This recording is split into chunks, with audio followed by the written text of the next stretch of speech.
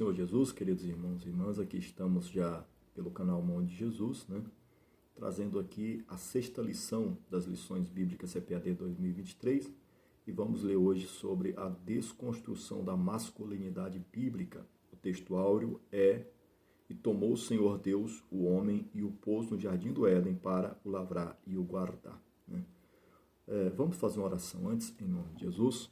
Senhor Jesus, meu Deus, muito obrigado por essa oportunidade, esse dia. Deus, que essa leitura seja para a glória do Teu nome, meu Pai, em nome de Jesus Cristo. Senhor, dai-nos sabedoria e graça, Senhor Jesus, para que o Teu nome, meu Pai, seja glorificado, adorado e exaltado em nome de Jesus, para todos sempre. Graças a Deus.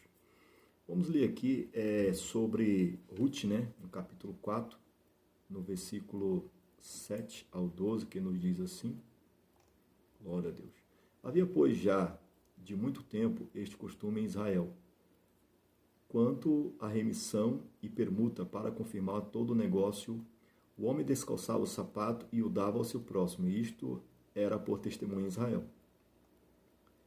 Disse, pois, o remidor a Boaz: toma para ti, e descalçou o sapato. Então Boaz disse aos anciãos e a todo o povo: sois hoje testemunha de que tomei tudo quanto foi de Elimeleque, de Quilom, de Malom e da mão de Noemi, e de que também tomo por mulher a Ruth, a moabita, que foi mulher de Malom, para suscitar o nome do falecido sobre a sua herança, para que o nome do falecido não seja desarraigado dentre os seus irmãos e da porta do seu lugar.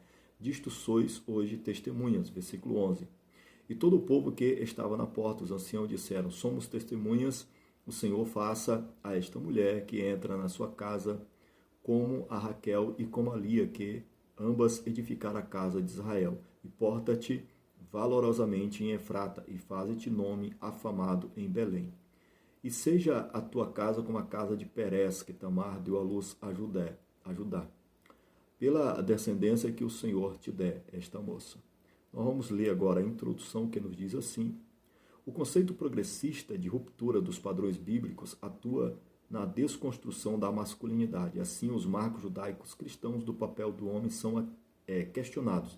Nesse contexto, a masculinidade é revitalizada, né, ao modelo bíblico do homem, desconstruindo, ou seja, ao modelo bíblico do homem desconstruído. Nesta lição apresentaremos o mandato divino para o homem, as ofensivas de desmasculinização e o exemplo de masculinidade bíblica que Deus requer do homem cristão. Nós vamos aqui para o tópico primeiro, que é a masculinidade bíblica. Parágrafo 1 vai nos dizer assim: a criação divina do ser humano. Deus é o Criador de todas as coisas nos céus e na terra, conforme Gênesis, né? Capítulo 1, versículo 1. A Escritura registra que ele criou o ser humano e o definiu como o sexo macho e fêmea, homem e mulher. Essa definição visa o complemento mútuo da união conjugal entre o desempenho e os papéis divinamente designado a cada um. Desse modo, pode-se afirmar que nenhuma outra criatura foi feita como os seres humanos. Nem os peixes, nem as aves, nem todos os outros animais foram reproduzidos, ou seja, foram produzidos segundo a sua espécie. Entretanto, ao criar o ser humano, Deus o fez olhando para si mesmo, isto é, a sua própria imagem e semelhança. Por conseguinte, o ser humano é considerado a coroa da criação, com propriedades, né, próprias, DNA, né, DNA próprio. O parágrafo 2 vai falar a característica da masculinidade. As Escrituras revelam um conjunto de características do papel do homem na história, bem como, segundo sua constituição biológica, ao criar o homem, Deus lhe confiou duas tarefas primárias e essenciais: cultivar e guardar. Esses dois termos resumem o mandado divino para o comportamento masculino. Significa que as funções de provedor e protetor são próprias da natureza do homem. Nesse sentido, Paulo ratifica que cabe ao homem proteger sua esposa e família, bem como prover-lhe uma vida digna. Ressalta que a masculinidade bíblica enaltece o amor e o cuidado em relação à mulher e que o machismo o inferioriza e a desonra. Nesse aspecto, a Bíblia ensina ao homem honrar a mulher com toda a dignidade. Vamos aqui para o parágrafo 3, que vai falar sobre a liderança masculina. Deus confiou ao homem a responsabilidade da liderança. Na Bíblia, Deus é a cabeça de Cristo, Cristo é a cabeça do homem, o homem é a cabeça da mulher, está em 1 Coríntios capítulo 11, versículo 3. O movimento feminista de viés neomarxista considera esse modelo como um sistema machista, opressor para com a mulher. Ao contrário dessa falácia, o apóstolo Paulo revela que o homem deve liderar a sua casa do mesmo modo que Cristo lidera a igreja, uma vez que Cristo se entregou pelo bem-estar da igreja. A liderança masculina requer a prática de algum tipo de sacrifício pela mulher.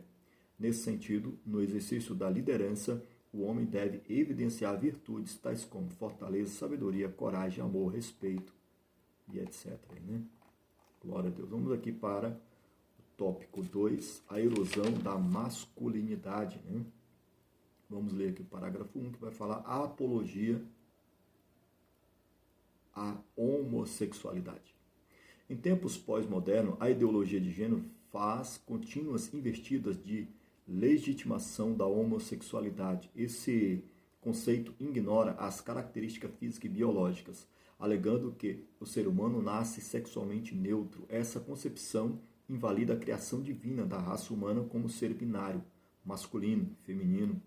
Ensina que a identidade de gêneros e a orientação sexual independem da anatomia do corpo. Assim, não aceita que os órgãos dos sistemas reprodutor humano sirvam de parâmetro para a sexualidade. Como consequência, a sexualidade antinatural é incentivada, né?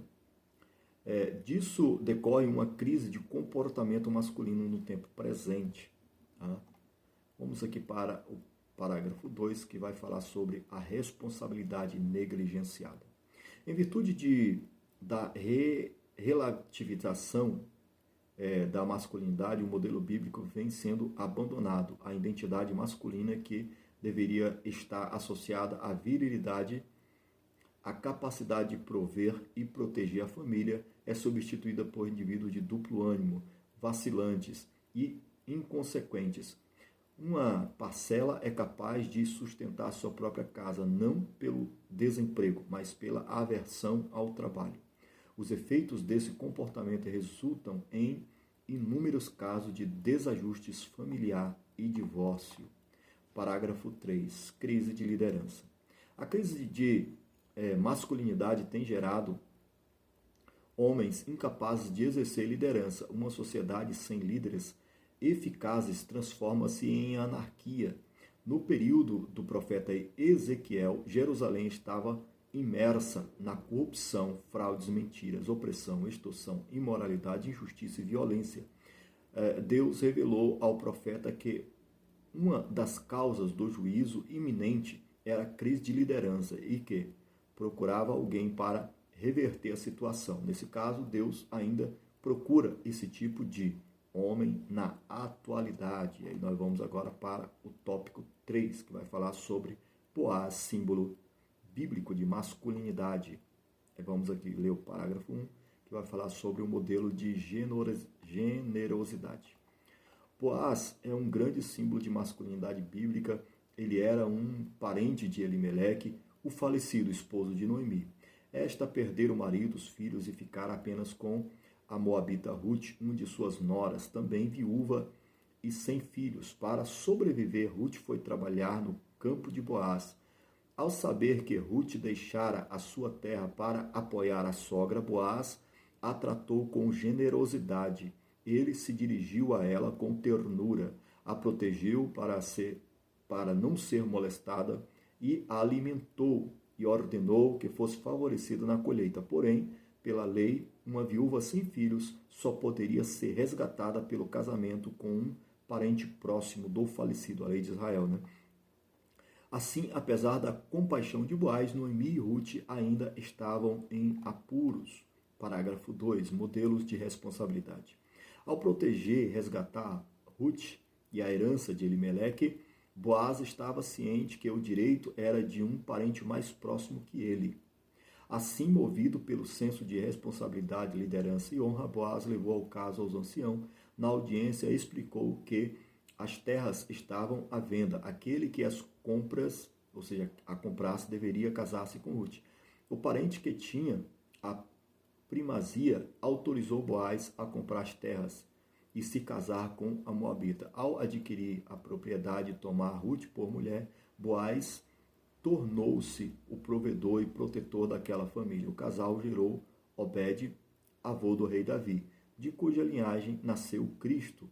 Boaz é símbolo de masculinidade enquanto marido, pai e líder exemplar. E aí nós vamos aqui para a conclusão já, que nos diz assim: Deus criou o ser humano com dois gêneros, masculino e feminino, está em Gênesis 1, 27. Gênesis 1, 27. Vamos ler aqui. Vai falar assim, ó. E criou Deus o homem à sua imagem de Deus o criou, homem e mulher os criou. Por isso, a diferenciação do sexo é um princípio determinado pela criação divina. Nesse sentido, a masculinidade é um conjunto de atributos e funções inerentes ao homem. Já a desmasculinização decorre da inversão dos papéis do homem na sexualidade, na liderança, na prática de seus deveres. A masculinidade bíblica exige o autocontrole, o sacrifício e firmeza de caráter ao encargo de suas tarefas. Nesse aspecto, a sociedade, família e a igreja esperam por homens que honrem a sua masculinidade e exerçam o papel que Deus os vocacionou a desempenharem. Amém? Então, tá aí a conclusão aí desse estudo aqui, das lições bíblicas CPAD 2023. Sexta lição, a desconstrução da masculinidade bíblica, né? Então, a próxima lição vai ser a desconstrução da feminilidade bíblica, tá bom? Deus abençoe, vamos estar orando aqui para encerrar, para o vídeo não ficar longo, né? Em nome de Jesus, né? Esse é um conteúdo aí, acho que bem natural, bem simples. Tá dando aí como Ruth, Boaz, exemplo de homem, né? Ruth, exemplo de mulher. Isso aí não deveria nem trazer, porque homem e mulher, né? É uma coisa tão natural. Eu sou homem, minha esposa é mulher. Enfim, isso aí é da natureza, isso é desde a criação. Não dá para mudar, não dá para discutir, não dá para questionar. Mas, infelizmente, nós temos aí um problema muito sério de ensinamentos corrompidos, né? Por isso nós temos que combater isso em nome de Jesus Cristo, tá bom? Senhor Jesus, muito obrigado por essa leitura, muito obrigado por esse momento especial. Abençoa este irmão, esta irmã que está, Senhor, meu Deus, acompanhando o canal. Meu Deus, abençoa, Senhor, este trabalho, Jesus. Em nome de Jesus Cristo, eu creio no teu poder, salvação, libertação, conversão, transformação e cura, meu Pai. Em nome de Jesus Cristo, eu creio, Senhor, neste momento. Glória a Deus, visita, meu Pai, esta pessoa que muitas vezes está desesperado, desesperada. Tu és o milagre. Tu és, Senhor Jesus, aquele que, glória a Deus, aleluia, conhece sem falarmos o que precisamos e necessitamos, Pai. Responde, abençoa e dá a esta pessoa o que ela precisa. Eu te peço em nome de Jesus, amém? Graças a Deus. Deus abençoe, fique todos na paz do Senhor Jesus, né? Você que não é inscrito, se inscreva no canal, comente aí, deixa o seu like e compartilhe, né? Deus abençoe. Até a próxima lição, em nome de Jesus. Graças a Deus.